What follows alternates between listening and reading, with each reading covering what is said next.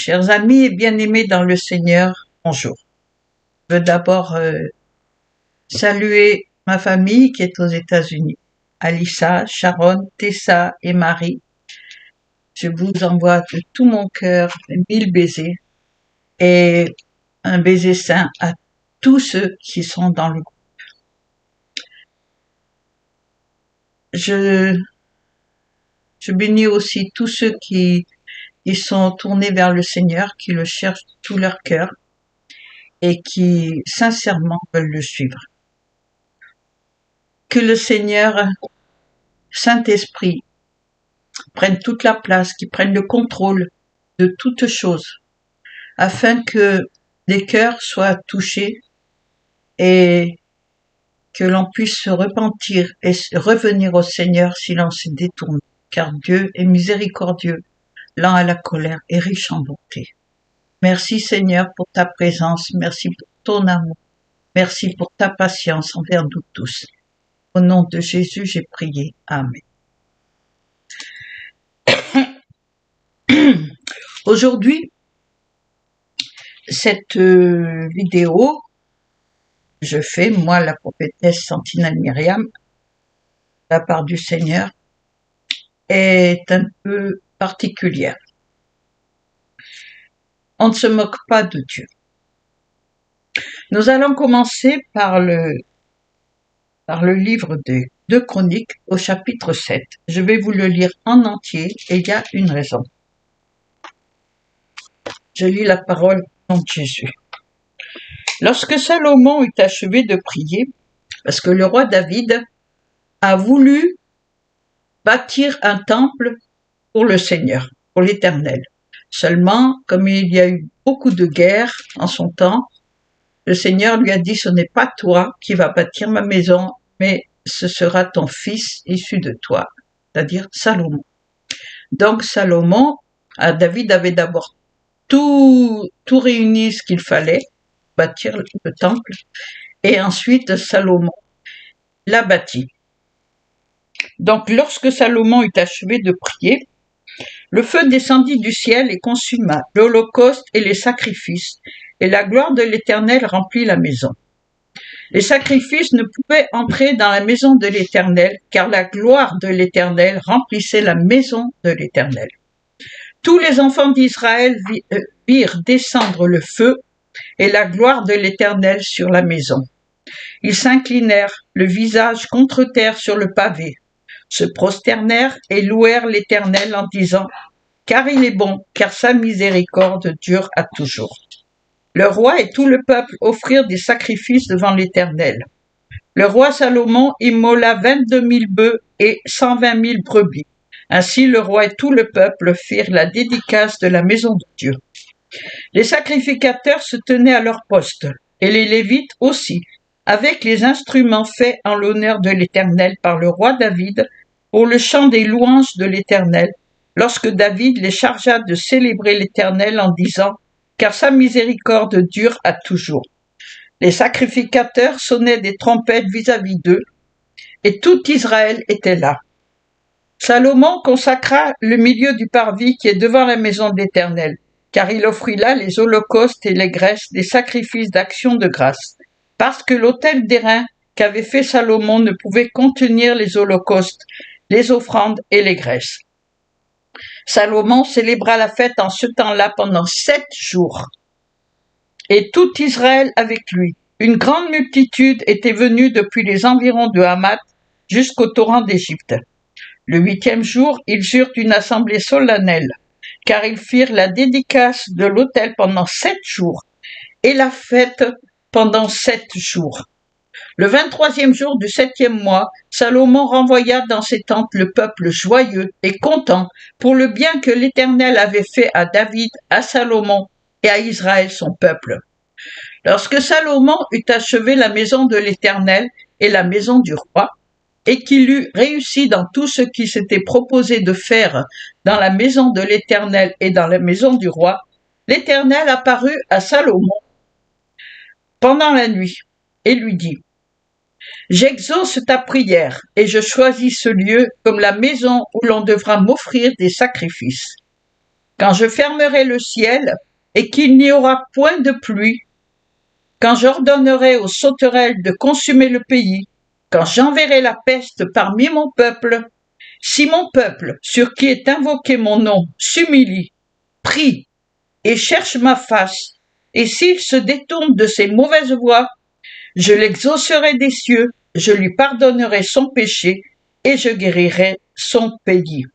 Mes yeux seront ouverts désormais et mes oreilles seront attentives à la prière faite en ce lieu. Amen. Voilà, je m'arrête là. Bien. Salomon avait fabriqué un temple en l'honneur de l'Éternel. Vous savez que Dieu n'habite pas dans un temple. Dieu habite maintenant dans le corps de chaque personne qui se tourne vers lui, qui l'accepte et qui accepte de le suivre. Quand nous péchons,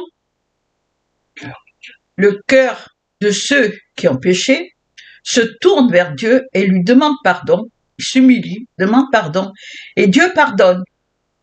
Il pardonne et il offre des bienfaits à celui qui s'est humilié, qui a demandé pardon. Il guérit son pays, c'est-à-dire que il va guérir son âme et après il va s'occuper de lui. Pourquoi je dis ça? Lorsque j'étais enfant, adolescente, le Seigneur m'a dit de vous raconter. Il y a beaucoup de choses qui sont écrites dans mon témoignage, mais il y a certaines choses que je n'ai pas mises parce que je ne peux pas les mettre, et il y a certaines choses que je n'ai pas mises parce que je ne devais pas parler. Mon cœur n'était pas ouvert. Maintenant, j'ouvre mon cœur. J'ai cherché Dieu pendant très longtemps. À partir du jour où mes parents ont accepté Jésus dans leur cœur, qu'ils se sont fait baptiser. Moi, j'ai voulu faire pareil, je me suis fait baptiser. Et j'ai commencé à chercher Dieu. Et j'ai eu beaucoup de problèmes. Vraiment beaucoup de problèmes. Si vous avez lu mes témoignages, dans Vous connaîtrez l'Éternel 37.fr, c'est ça? Voilà. Eh bien, vous pourrez écouter mon témoignage, donc vous comprendrez. Eh bien, un beau jour, comme j'avais déménagé, entre parenthèses, j'ai déménagé 10 fois dans ma vie. Alors là, maintenant, ça suffit, je ne bouge plus. C'est le Seigneur qui m'a donné ce logement, je ne bouge plus de là. Quand j'avais été dans un des logements, à Saint-Pierre-de-Chérène, c'est là que j'ai vraiment rencontré Dieu. Parce que ma vie à moi ne me satisfaisait pas. J'étais trop malheureuse. J'étais malheureuse en mon cœur. Je voyais mes enfants malheureux. Et je ne savais vraiment plus ce que je devais faire. J'avais tout essayé. Donc, j'ai crié à Dieu. Et mon fils José, que vous connaissez maintenant, l'apôtre Paul, m'a fait connaître une église. Je suis allée, une assemblée dans laquelle je suis allée. Et j'y suis restée quelques mois d'ailleurs. Et c'est là que j'ai accepté Jésus comme mon Seigneur et Sauveur. Mais je l'ai réellement accepté lorsque j'ai été dans ma voiture. Le Seigneur Jésus, lorsqu'il m'est apparu, m'a dit « Tout ce que je te demande, c'est de pardonner sans condition, et moi je m'occupe du reste. » Je me suis humiliée devant le Seigneur. Je me suis humiliée. J'ai beaucoup pleuré. Comment vous expliquer? J'ai pleuré parce que j'étais malheureuse et je ne comprenais pas pourquoi j'étais malheureuse. Je n'avais rien fait pour mériter ça. Je n'avais rien fait pour ne pas avoir d'amour. Je faisais tout pour recevoir de l'amour, mais je n'en recevais pas. Il n'y avait pas d'amour. Et le seul qui m'a montré de l'amour, c'est le Seigneur Jésus. Le seul. Je n'ai jamais connu l'amour tel que le Seigneur Jésus me l'a montré.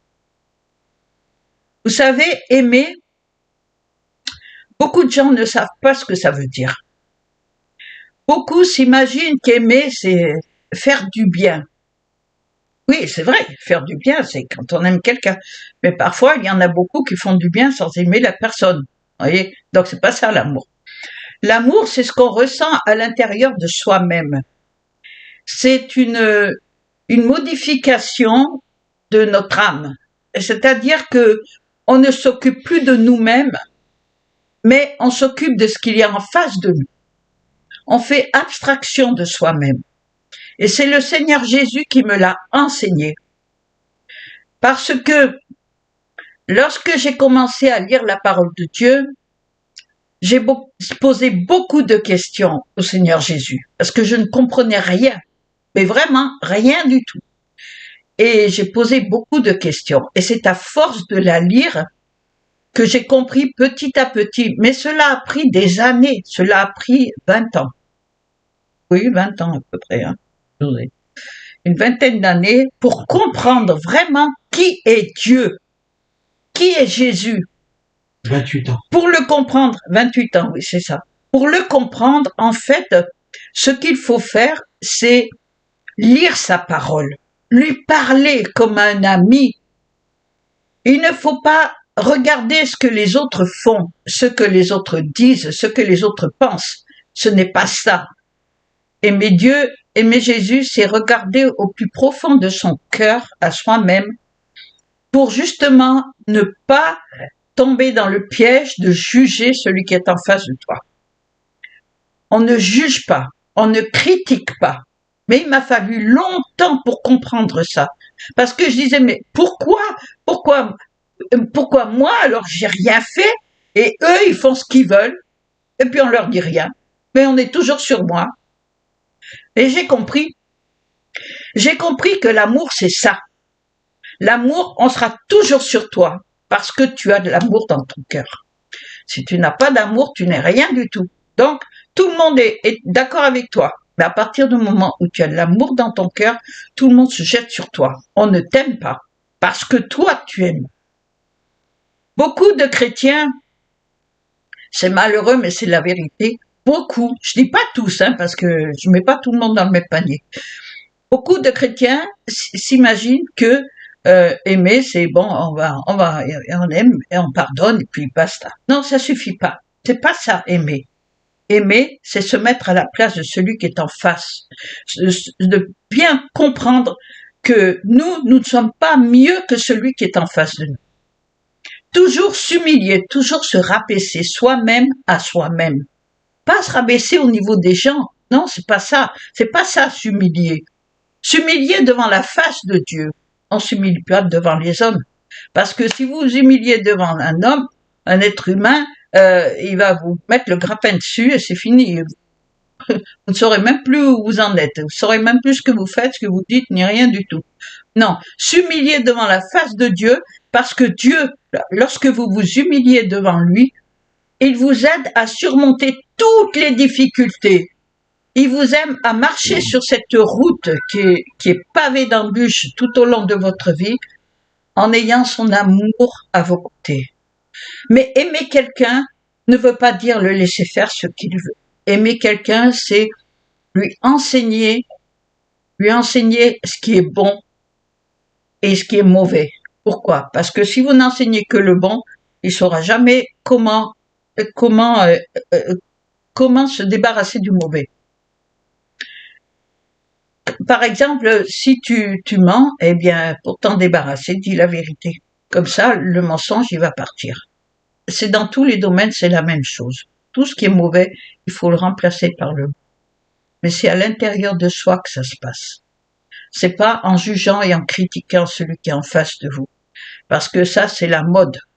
On critique, on juge. Sur les réseaux sociaux, on voit que ça. On critique les uns les autres, on maudit, on fait que ça. Non. Jésus a dit, bénissez, ne maudissez pas. On doit bénir. On doit bénir. Bénir, ça ne veut pas dire qu'on va aller avec la personne et faire plein de choses avec cette personne. Non. Bénir, ça veut dire, je veux que tu sois heureux, que tu sois heureuse. C'est ça, bénir. C'est souhaiter le meilleur pour celui qui est en face de toi. Et plus la personne est mauvaise, plus tu dois la bénir. Plus tu dois souhaiter son bonheur.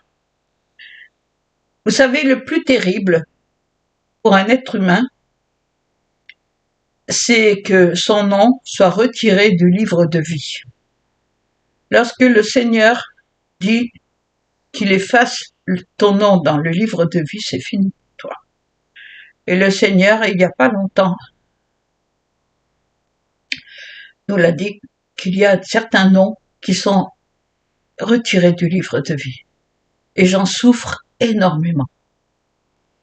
Je vous dirai pas qui c'est parce que vous connaissez notre loi à nous, c'est de ne jamais dire les noms des personnes ou des lieux qui a du mal à dire. Donc voilà.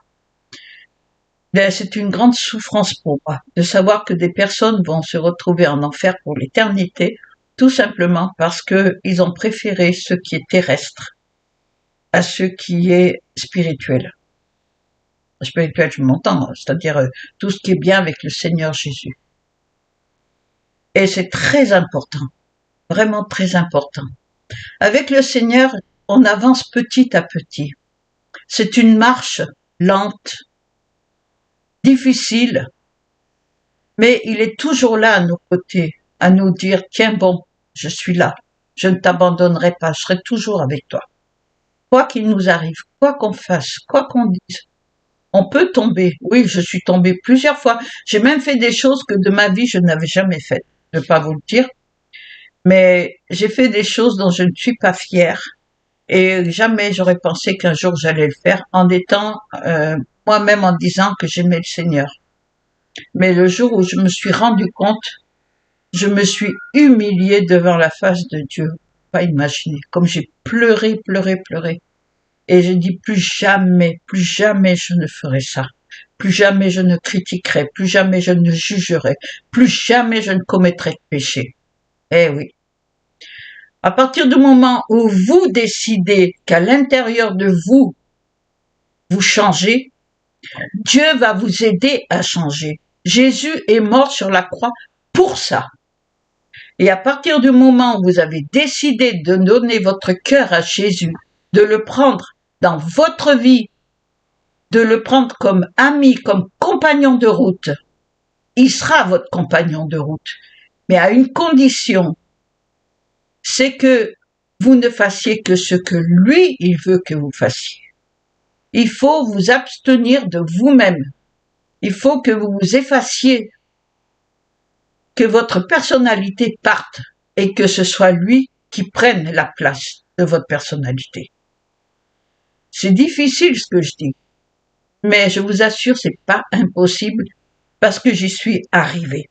Et mon fils aussi, que vous connaissez maintenant, José Catlan, l'apôtre Paul, José Catlan le sympa, l'apôtre Paul, surnommé par le Seigneur, eh bien, nous n'obéissons qu'au Seigneur.